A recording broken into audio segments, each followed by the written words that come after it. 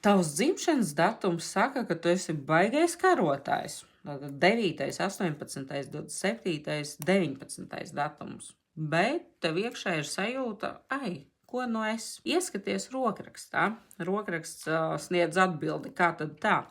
Ja pieņemsim saburts, tev veidojas ar tādu garāku iestiepumu, tas ir tāds savienojumā, pieņemsim, ja?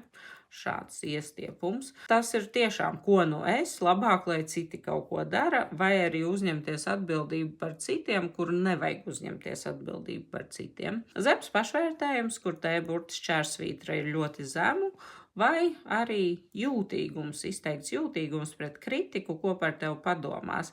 Tā devītnieka īpašības, kas ir par cīnīties par taisnību, uzvarēt, sporta ziņā nevis vienkārši piedalīties, bet vienmēr uzvarēt, tas viss tiks dzēsts, jo ir iekšēji šī nedrošība, kompleksi, neticība sev. To vienmēr atceramies, ka vislabākās ciparu īpašības, kas iedzimtas mums, izpaudīsies tad, ja mums būs labs pašvērtējums un mēs sev ticēsim un nebūsim upuri. Vai tu zini tādu cilvēku, kurš no malas liekas ļoti spēcīgs, bet viņš tiešām saka, ko no es?